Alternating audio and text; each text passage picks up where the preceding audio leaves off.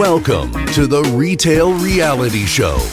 Welcome to a new episode from the Retail Reality Show. My name is Martin, and across from me is my colleague, Nino. How are you doing? Hello, I'm doing fine. Better than the weather in Munich. Yeah? It's not that great at the moment? No, it's cloudy and foggy, and I don't like it. Okay. Crossing fingers that it's going to get better. Here in Cologne, it's actually quite nice. So the sunny side is over here, I guess. But we'll see. We'll see how the weather is with our guest today. We have a very special guest. It's Kevin Breese, Global Retail Operations Lead from Waterdrop, with some very exciting positions before that, Nespresso, Dolce & Gabbana, etc. So we're very full of energy and enthusiasm to have you on board, Kevin. Thank you. Lovely to meet you both. Absolutely. Hello, Kevin. Perfect. And it's very authentic. Before coming on a recording, you mentioned you're in Antwerp and opening a new store. So I think that's really, filling in the shoes of what we want to discuss today. I thought, well, in terms of the last few days, I've not only been in Austria, Germany, Netherlands, and today in Belgium. I'm certainly covering ground today, but I just thought I'd just speak to you that the sun is shining in Antwerp today. And there's no cloud and blue sky. So what more do we want for a Friday here? The most important, Kevin, before we start, how many Nespressos did you have today? I'll own up to 4, but only because I've had a slower day. Okay, very good. Because Kevin and myself had a quick chat in preparation, and we both discovered our passion for coffee. So I just had my 5th espresso today, and I'm on fire. Yeah. Yep. That sounds intense. No, that's like the oil in the machine. That's normal. I had at lunch. I had this grenade apple ginger shot at this healthy salad place. And what I didn't know is they had an extra boost of caffeine in this shot. And to be honest, it felt like it was 5 espressos at the same time. So I'm super, super spiced up, just as you, Nino. Very good. So you enough can energy call me at the middle of the night tonight, and we can discuss who's next on the show. Yeah, perfect. So again, thanks for joining us, Kevin. We met a couple of months ago and had the pleasure to chat a little bit, and I thought you're a great guest for our show to discuss a couple of things around the future of retail and how you guys are doing it with Waterdrop.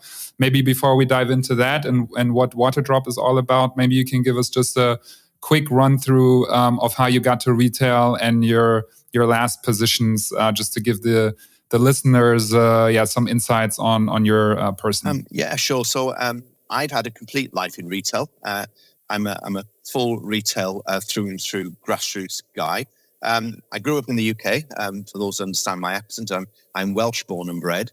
And I sort of took a view that I loved education. I loved my upbringing, but decided that, making money and making decisions where you saw the results straight away sort of got me quite excited. I'd had a few years working when I was in education in hospitality. I loved that. I loved customers. And slowly thought that actually at the age of 18, I had a choice of banking, education or retail. And I thought I needed to start to move out, and my mother had had enough of me. So I joined as a retail management graduate trainee very early on at 18. I worked in the department store for many years and worked across number of cities, loved traveling in lovely places. And over the years, I moved into luxury. And I then decided that actually branded and luxury I loved, and moved to Dolce & Gabbana very early in my retail career, and had the chance to travel a lot of Europe. And I worked across mostly France, Netherlands, Germany, Italy, and the UK. And I did that for quite a few years until you've been stuck in Paris airport on a Friday night too many times and decide it's time to go back onto home soil. And I've always loved sustainability. I moved to work for a skincare company called Neo Remedies, and just a most amazing brand in the UK. Did that until all the way through COVID. Learned a lot about that, and then met a couple of guys who had done a startup and this amazingly beautiful made-to-measure what effectively is a sustainable clothing brand where you make absolutely beautiful clothes just piece by piece. So a beautiful brand. And thought that would be great, and worked in London for some time. And then I bizarrely, and I've always been a believer in fate, I was doing a shop in London Bridge Station, and opposite to me was Waterdrop. 2 days later, after measuring their store, because I had problems with the one I was in, I wrote a message to Martin Murray, CEO, on LinkedIn, and he wrote back to me within 2 days.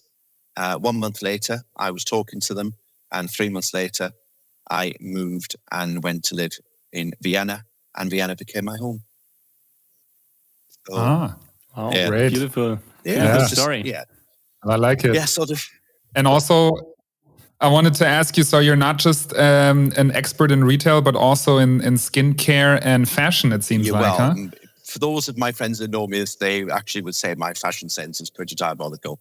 My skincare is not too bad, and No wrinkles. there are not see it. many, and I am a believer. Or is it all the water that you're drinking? I do get a few liters, but obviously with a coffee habit in the morning, a water habit during the day, you've got to try and look after yourself somehow.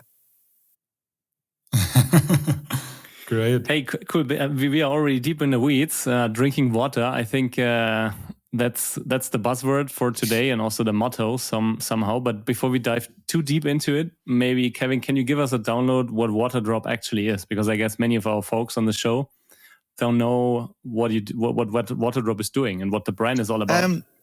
Yeah, and I think it's an interesting one for a lot of customers who haven't heard about us and find us, and we regularly change their life. I can probably best tell you by a small example of what is Waterdrop. I have a very good friend in the UK who does not like drinking water and really dislikes the taste of water in every shape or form, bottled, tap, everything. And during my move over, I took her a box of Waterdrop, a new bottle, and 6 months later, she wrote me a little note that said, every time I pour a glass of tap water and I drop a little Waterdrop drop in it, I turn a glass of water into a drink. I never throw away a drink, alcoholic or not alcoholic, in this term, obviously non-alcoholic, and I always drink it. And as a result of doing that, I now drink probably between 1 and 2 liters of water I've never drank in my life. And he sort of sums up the fact that we encourage people to drink more water. And we do that by creating little tiny cubes that are made from natural food extracts. And we put that into a tiny little cube. You drop it in 600 mils of water, and you can drink tap water with the most amazing taste. And we're very lucky to have an awful lot of followers, a lot of people who have found us.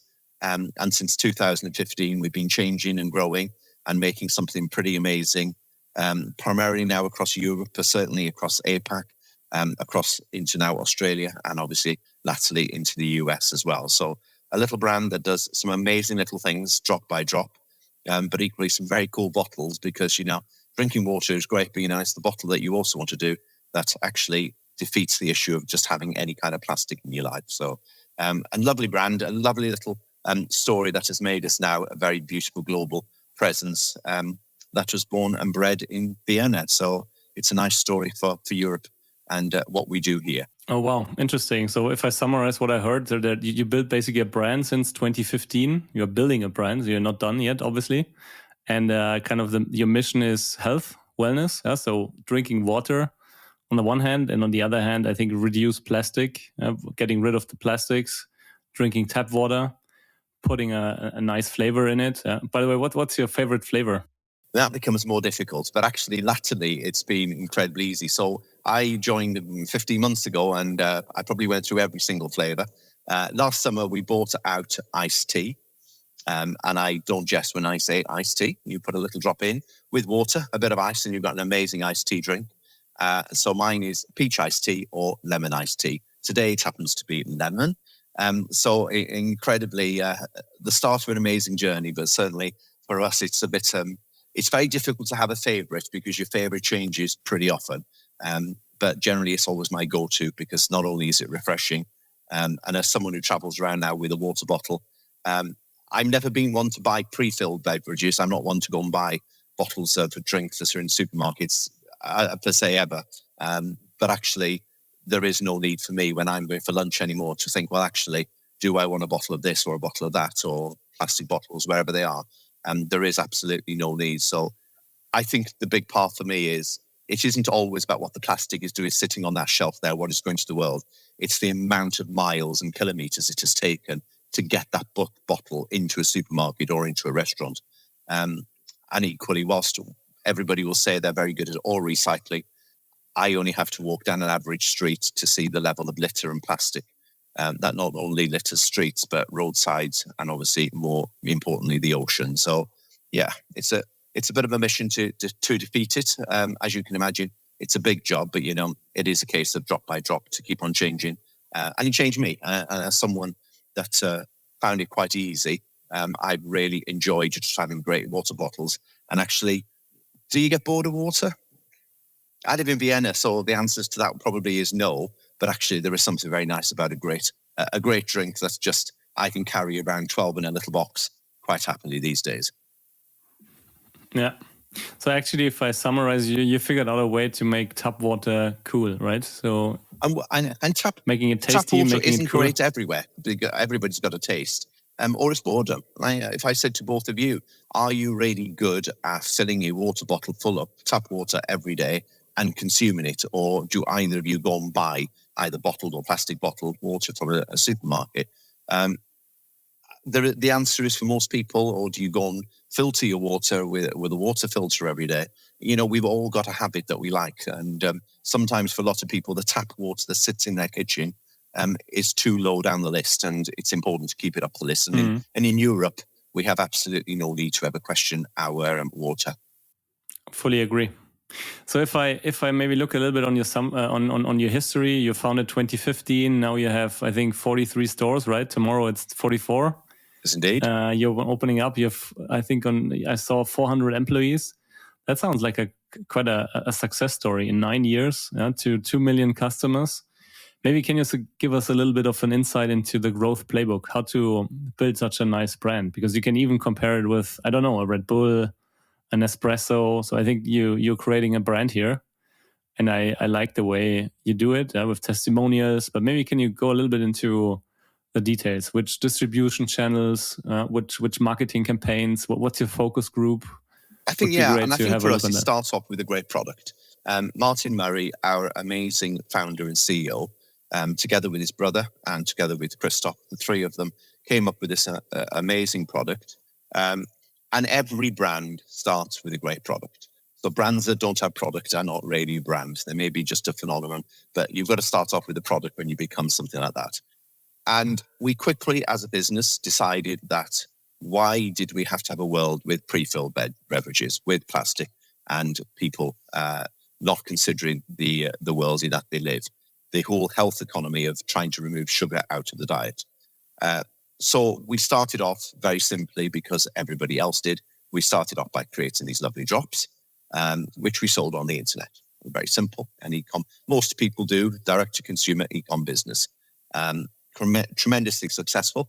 And, not surprising, it's carried on being successful. The one thing that obviously you'll always find if you're an internet brand is that customers want to touch, feel, taste. And we opened our first store in Vienna in 2020. And a few other sort of pop-ups and acquisitions along the way.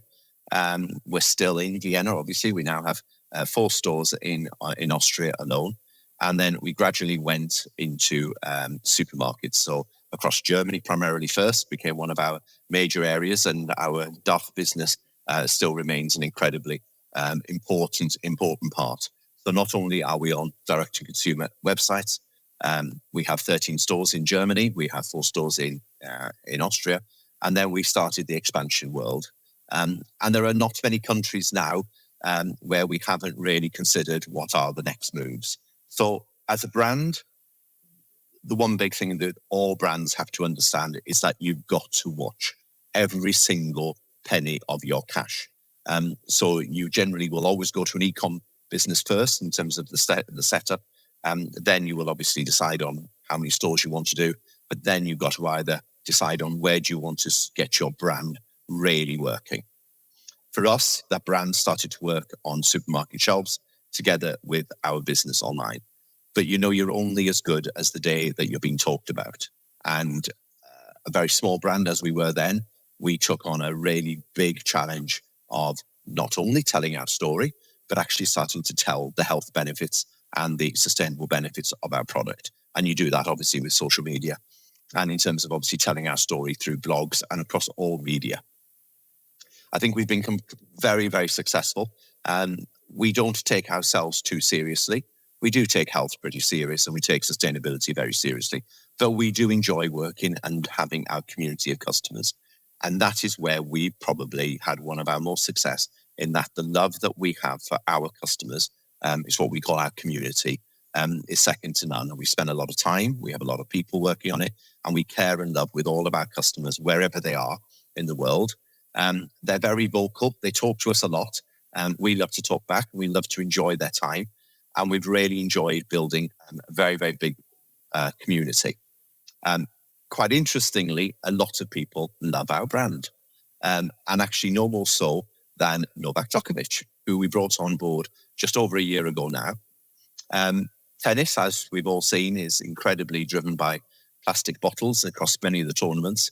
And Novak, as an incredibly important sportsman in all of our worlds, not only came into us as a ambassador for the brand, but actually in a mission to work in tennis to really defeat plastic and to tell his story about obviously health, fitness, vitality. And he became our ambassador together with another number of sporting people, including Miriam Pushkina, the international ski champion. And we have used them, we've worked with them, we've enjoyed having them in part of our world. And, one of our biggest things that we did not too long ago now, but I think for those who haven't watched it, please watch it. Inviting Novak, who brought himself into New York City, and we built one of the first ever brands to do it. We built a tennis court in Times Square, and Novak came in and played tennis with children. Literally, and he loved it. He genuinely loved it. If you saw the behind the scenes shots that were done, children coming to see Novak, something like when you just have a bit of a head wobble, we built a tennis court in Times Square, one of the busiest places in the world. And so we've done it. Wow. Great marketing stunt. Yeah, and it's been and lots of people talk to us because of it. And we love what we do, and we will love working with our sports people. And what we love about Novak is actually his entire love for children, the sport, having less tennis in, and to then understand that the basic thing of life is to drink more water. And for those people who have health issues, and there's never easy times, but one of the biggest parts that most people will say that things like looking after yourself, making sure you are hydrating properly, getting good food inside you, reducing sugar. These are some of the really big messages that they're not difficult. In actual fact, they don't have to cost a lot of money. And it's great to see people like Novak helping us on this very long journey to change the way that people hydrate. He also has a special online, right? I think I saw that on Instagram. Oh, so yes, Martin, we have Sila by Novak Djokovic. I'm following you guys. I would be very disappointed if you weren't. Sila by Novak Djokovic is in a product that Novak has introduced, which we have worked with him on to bring out his own microlight performance drop. So a little drop of Novak goes in a glass. We all know that in life you need to have microlights to really, especially after strenuous exercise, or even if you just sweat a lot, or you just after a long day, a microlight, which is a performance little drop, which we've introduced and has been online as a pre-order for some time until next week, when that becomes a reality of having something that Novak himself has really worked on with his team and Waterdrop. So very proud for us to be able to do that. And for those that read online today, he's certain Mr. Novak Djokovic might just be in Los Angeles this afternoon. So yes, watch this space. Ah. Yes. Okay. Cool. I have to say, there's Before we never deep a dive- dull time. So even if you've got to realize that when you start a brand and you live within the most amazing brands, never 2 days are the same. So yeah, I make it sound so much fun, which it is. I also make it sound as if it's quite easy, which is really not. I can imagine. I think that's a typical growth playbook for brands to start in online and then take the wholesale route and go via the grocers and then build a D2C channel. One of the things you just mentioned caught my attention, which is community. Maybe because you said we are close to our community, we talk a lot to them. Can you maybe go a little bit into detail how you do that? Because that's one of my hypotheses for a successful brand and retailer in the future, that you have to have a close relationship to the community. And it's not just a one-way street where you kind of push stuff down to them, but actually are in a constant dialogue. And I would be interested how you actually do that. Yeah, and I think there's different ways to do it, and it's probably not the newest thing in the world, but I'm all for that. You cannot tell your customer what they've got to spend and what they've got to do unless you listen to what the customer actually wants. I think a lot of companies have forgotten that the customer is the most important thing in their retail business or any business. I think for us, we're not perfect. And I don't think we'll ever say that we're perfect because we have so much to do. But what we always do is try and listen to our customers. In most of our countries, we have a separate Facebook community, or we talk direct on our customer success teams. So we have teams of people who speak all of the native languages of all of the countries we operate in. That's not an easy thing, by the way. And we operate a pretty fast, not amazingly fast, but a pretty fast system of talking to all of our customers when they message us to ask for whether it's a health question, whether it's a product question, whether we can bring a new product out, or if we've only brought a product out and we've sold out, they want to know why. One of our latest questions is that we brought out a cola not long ago. We sold out, and therefore customers now just really want it. And one of the nicest things that we did last year, we asked our community, our customers, what would they like as their next drop? We actually said to them, what would you like? If we were able to create a drop and we could create something that you're really going to love to taste, what would it be? And when, as a result of that, we brought out a summer flavor called Coco Pina last year. And it was our first ever community flavor, which was created by our community for our community. Crowdsourced. Yeah. And you know something? We sold it first in retail. We never put it on we never put it online for a couple of weeks. And actually we said, well, that's where the community went in and gave us all the feedback in our stores. And that's where we launched it. We had an amazing time.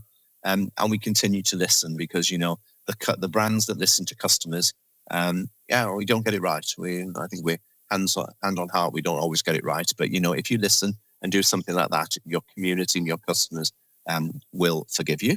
They'll certainly tell you the direction to go in. And sometimes when you do get it wrong, that's the core community we want to be open and honest with.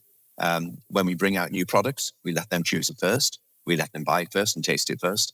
And so for tomorrow, when our Antwerp store goes into its first soft opening, our community have already been invited. So those are the kind of things that we always want to do because it keeps you very, very global but local. And it keeps you very close to feedback because you don't need to go out and spend a lot of money in big forums of your customers to ask them their views. Just ask your community. But if you do ask your community what you think, make sure you do something about it when they do tell you. So it's always having a good learning attitude. So maybe let's dive into further retail topics. And before setting up the day to talk today, Kevin, you also mentioned that the retail philosophy for you guys has 3 pillars, and that is personalization, experiential, and loyalty, which I found really interesting and very fitting. So I believe you got the right pillars going on there. But maybe before we dive into those and get some more details from you, maybe you can give us some underlying strategy for Waterdrop. So you already mentioned you guys are pretty heavily expanding, which is interesting. So it seems like it's working, that the community is there, that you guys are involving them, that you're doing these pre-parties, et cetera, et cetera. And also I was in the shop in Cologne when we met, and it was really a good experience from my point of view because it was very experience driven. So the retail itself was rather second base, and the first base was this, big table with a nice person standing there, inviting me to try it out and mentioning what their favorite flavor is, etc. So it was really like more of like a cool place, hangout spot to try some things, even though it was on the main shopping street in Cologne, where you wouldn't necessarily expect it. However, it did have some inspiration from the cleanness of Apple, I would say. Maybe some Nespresso inspiration there to try the product. So maybe you can fill us in on a broader view on what the strategy is and why it seems to be working since you're expanding so much. Yeah, sure. I think if you're a company that only believes in just being in the supermarket and being online and never having a retail store, it will probably work. But I think if you want to create a community and build long-term customer value, you have to have a brand which is multi-channel.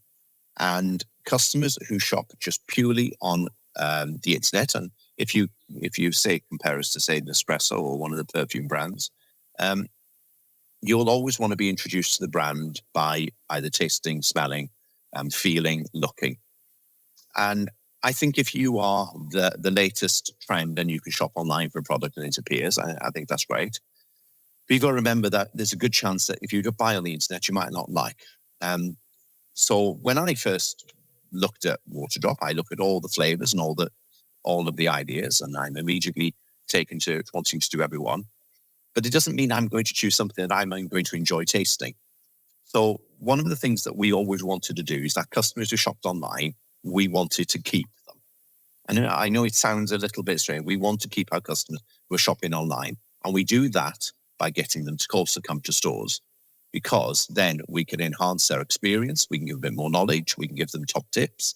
And our community are pretty good at telling us different drops you can mix together, which we wouldn't even think about where to start. So they've done that work for us, which is even more fun. But when you go in... So Waterdrop cocktails, yeah? You know, we actually do a book on it as well, but never an opportunity to sell it whenever I talk to someone. So when you go into a store, so you went into our store in Cologne, we want retail to become the purchasing something, to become the output of what you're trying to do. Because if it's just come in, buy me, you may as well just stay at home and buy it sitting on the floor with your laptop in front of you. So you've got to create the excitement of the brand. And actually, by coming in and tasting product, you may taste product you might not have thought you wanted, but actually what you will never have met are our people. We call them hydristers. I probably don't need to explain why. We call them hydristers, and our team are incredibly well trained, and they will genuinely they will always tell you their favorites. There's no doubt about it. We've all got favorites. But actually what they'll do... Yeah, I think it was blueberry. It's nearly always treacle berry is always a huge, huge favorite for lots of people. But they'll always ask you their views. So some people just want to think, I should drink really healthy in terms of sort of like the cleaner tastes, sort of the more herbal ideas. Other people then want things like peach tea. But actually customers never want to say that actually they read the box and they believe it. They want to come in and say, so actually you don't have any calories in your product. You have no added sugar. You have no preservatives. You have no additives. And they're they're big statements, but actually customers read them on the box. They're factual, of course, but actually they want to come in and just say, look, I want to drink more water. I want to get rid of sweet bottled drinks out of my life. I actually have, I have the need to just try and lose weight. So how do I get a taste of wanting a taste of sugar, but actually not having any sugar in my diet? And, this whole piece around service becomes incredibly important. But that's quite dull. So actually, you've got to do it in a fun way. So do it experientially by having loads of bottles, mixing all the drinks, having ice cubes in. So therefore, it just becomes something that if you walked into, say, your home in an evening, Martin, you'd pour someone a nice drink, get them a coffee, get them a drink. And actually, you've got to do that in your store. So treat the store as a bit like you're inviting people into your own home. But then make every one of them feel special. Chat to them, make sure that actually you do want them eventually, hopefully, to buy things, handle questions, We also know that our existing customers are advocates of the brand, and they tell everybody else. So just make it special. And, a lot of people just don't understand sugar in life. People don't understand what bottles to buy. There's a lot of people. I don't know about you, Nino, or you, Martin. I love to drink water really cold. I don't like room temperature water. Other people believe that's nicer.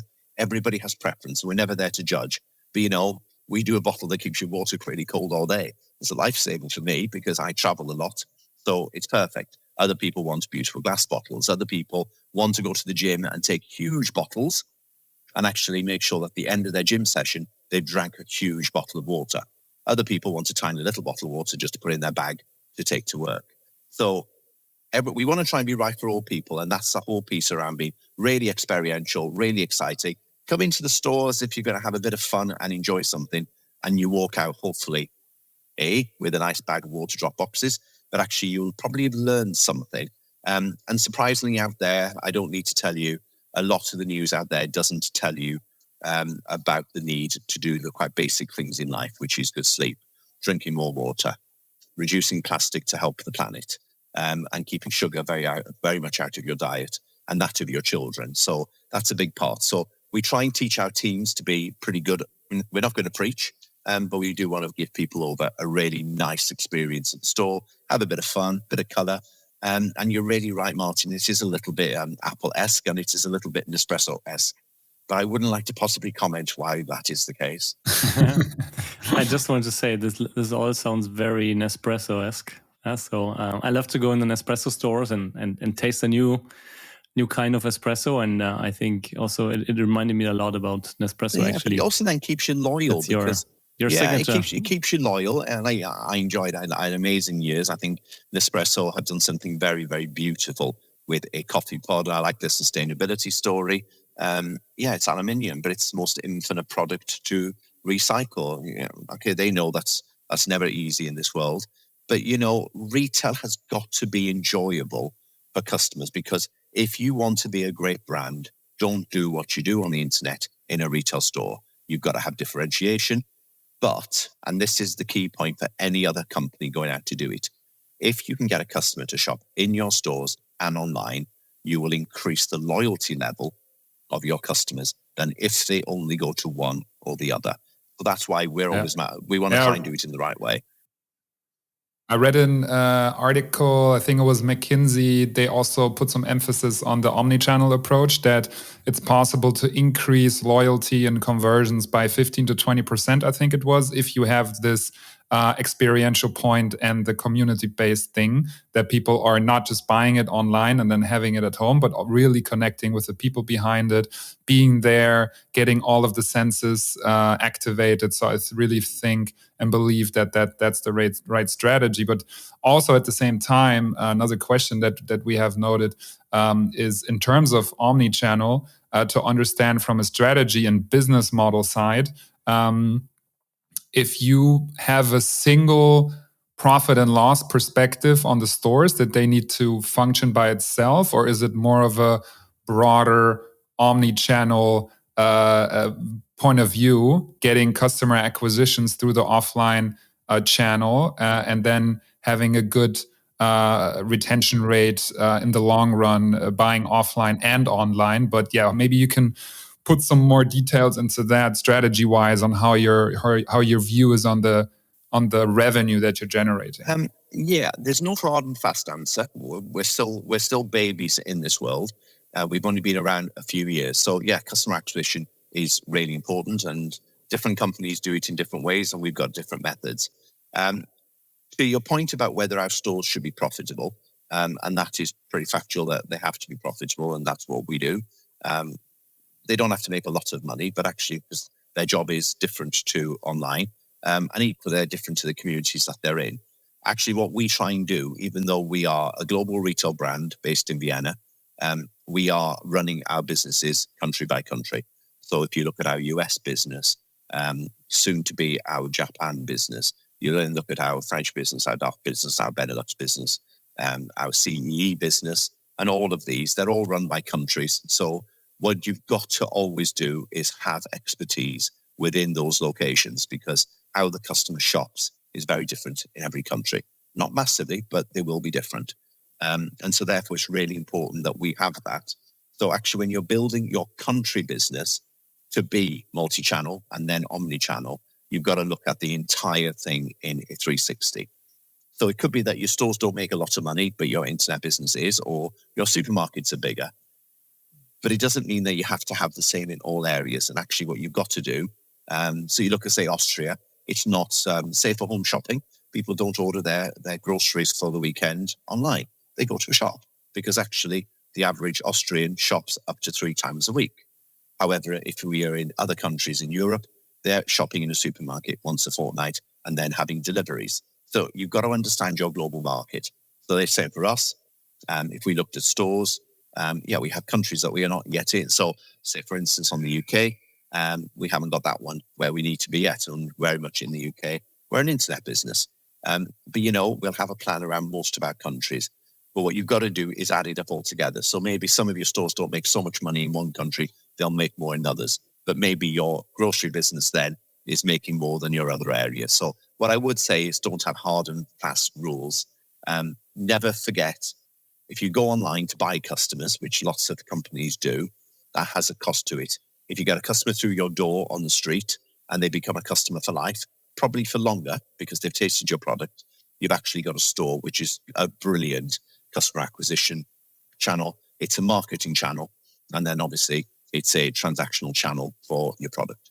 So mentioning or maybe coming back to this customer acquisition, because I think this is also an important function of a store in the future, to also acquire customers by asking them to join the newsletter. Or I think loyalty, you have a powerful app. We get to that in a second. To what extent are you using the store to onboard customers in terms of first-party data? And what's your strategy around loyalty then, omnichannel loyalty? Yeah, sure. So we're very lucky that in terms of obviously being effectively a tech startup in terms of where we are. We are very focused on our what we call the club, which is our community. So when we do board our customers, we board our customers when we invite them. So whether that's an introductory discount, whether we're bringing our customers through an offer. I think we always think about our club and our loyalty as always the invite to a great party. So imagine that we always think that if you have a local restaurant that closes and you've been to it every week for years and they close it to do a big refurbishment and reopen it, and then you don't get an invite to the opening party, you're pretty miffed. You're pretty upset about it. So we want to try and think that, I'd be really, really angry. So what we don't want to do is just say, look, you must sign up to this because actually it just helps us. Actually, sign up to it because actually we want to give you some offers. We want you to have things first. But there's one really big point that we do a little bit differently to everybody else. And that is the little blister that our cube comes in. And it's put in a little cube for freshness and obviously for fragility. We ask customers to bring them back. And then we do a donation to Plastic Bank from a sustainability point of view. So customers bring all those little blisters back. We recycle them from a sustainability initiative. We give our customers points back as well. But actually, for us, it's a win-win because it brings our customers back because they can tell us actually, did they like what they were drinking? It brings them back to shop with us again. We benefit because they spend money when they come back and shop. Inevitably, we get some good feedback. And as part of the whole world of what we're trying to do, Plastic Bank in terms of reducing plastic in the ocean benefits. So this loyalty has to have a mission of where it has to be. And it has to be win-win. I'm totally of the view that companies who have mission statements that they just don't bother talking to their customers backwards, and then they just see it as a benefit just to be able to send out an email, probably are not going to get very far. Yeah, I saw that on your app as well. What you just mentioned. So I think it's quite a powerful move to combine loyalty with a value, which is, one of your values is obviously living a healthier life, and the other value is sustainability. So incentivizing someone to live a healthier but also more sustainable life. I think it's a cool win-win. And as you said, it brings customers back, and you can, I would say, do the math and create the business case. If you're able to create footfall in a store, they will also buy them something. Cross-sell, upsell, I think that's Absolutely very smart. side benefit. Unity, isn't it? Because then people feel part of what they do. And that's part of, none of this is rocket science. But, some of this thing, which is the basic, is the reason that companies and other brands don't do it. We put a lot of time, effort, and money into doing all these things, but we genuinely feel that that is the way that you should want to look after your customers and look after your brand. And if you're going to go out there to make a big sustainability message, back it up with really, really good ways of talking about it to your customers, rather than just being a little mission statement sitting in the back of a website. It has to be living and breathing every day. So speaking about business model and loyalty, so what I've seen, you also have a subscription model. Yeah? So you, probably similar to Nespresso, you try to obviously codify a relationship by having someone to subscribe, which is, I would say, a big driver for customer lifetime value. If you manage to sign someone up, that they get repeat deliveries and you don't need to, wait until they come to your doorstep and buy again. To what extent, or what is the contribution of your subscription service to, I would say, the overall revenue? Numbers wise, it varies across every country. And it varies because of subscription culture within Europe. It's very different in lots of countries. So, for instance, the UK is a very, very strong subscription country. And subscription is driven very much by never wanting to run out of product, the whole busy life of people generally, full stop. And also that culture that you just haven't got time to sort out very basic things. Once you get your favorites, so whether you're going to drink, I don't know, Microlight Berry, or whether you're going to drink Focus or Breeze or Cola or whatever it might be, once you've got those choices for a bit, you're like, actually, I just want them to come all the time. So percentages wise, pretty decent in many countries and, growing massively. And subscription generally for most brands is growing very well. And we very much feed it by actually just taking out the pain in life of trying to get these things sorted very quickly. But one thing is really important with a subscription, if you're doing it, is keep on making sure you're introducing the new, because customers, therefore, if they're on subscription quite often, unless you're letting them know what is also new and changing, we want to make sure that they've still got the lovely new and shiny, especially when we keep on either developing a new flavor or we're improving existing ones. So we certainly do that. So growing everywhere. But certainly for us, it's an exciting time just to always be talking subscription. And I think you collect a lot of data, right? So if you either are driving subscription or if you drive point of sale or also online sale, I think you understand what kind of flavor customers like and you can segment. And speaking of that, so obviously that's a lot of data you collect. What do you do with the data? Also coming back to what Martin said in the beginning, I think one of your big pillars in your concept is personalization in the store, but also online. So maybe can you go a little bit into more detail? What does personalization mean in the store and also online? In terms of online, we know that if a customer buys flavor A, they're probably going to like flavor C or flavor D. We are not about hard sell. That doesn't sit with our ethos and our attitude. So we want our customers to buy what they like, and we suggest things that we know that they may like.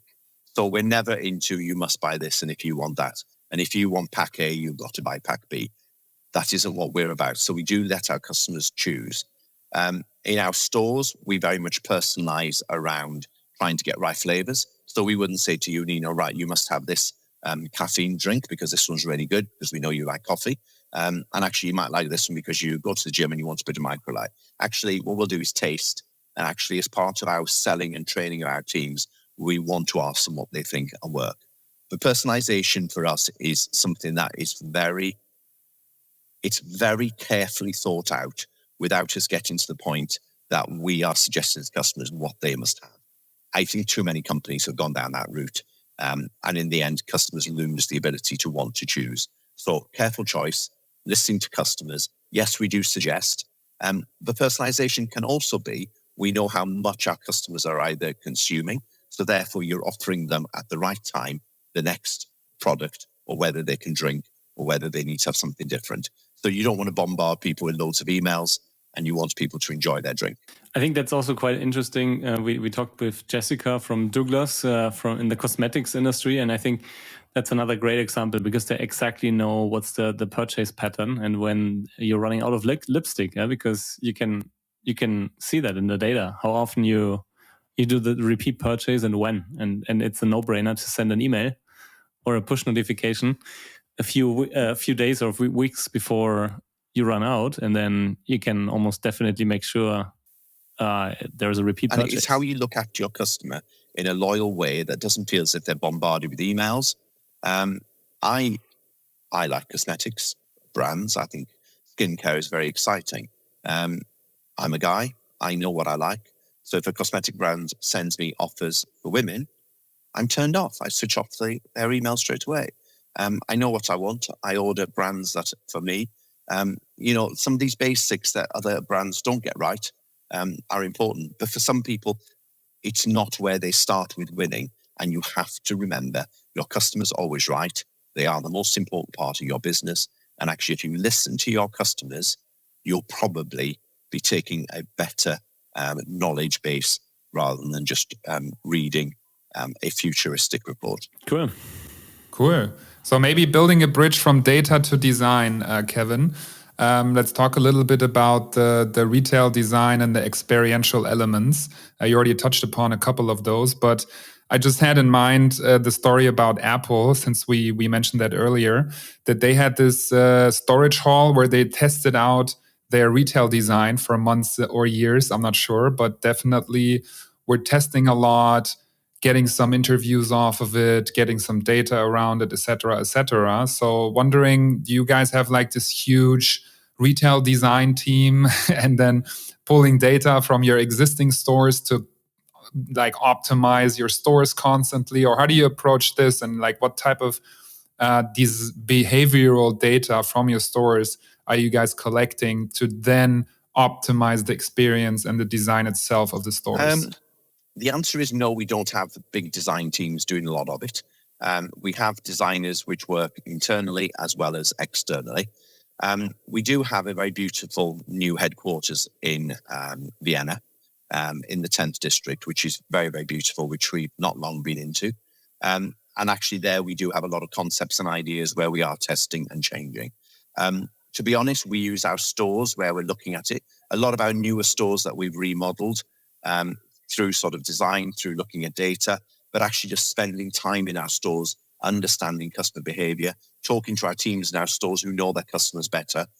We've refined and changed. So, for instance, the store that's in Antwerp, my global retail head has sat with the designers, come up with the ideas and thoughts. He's then introduced actually the local team in Belgium and then brought in the merchandising teams so that when we design and look at a store, we can understand.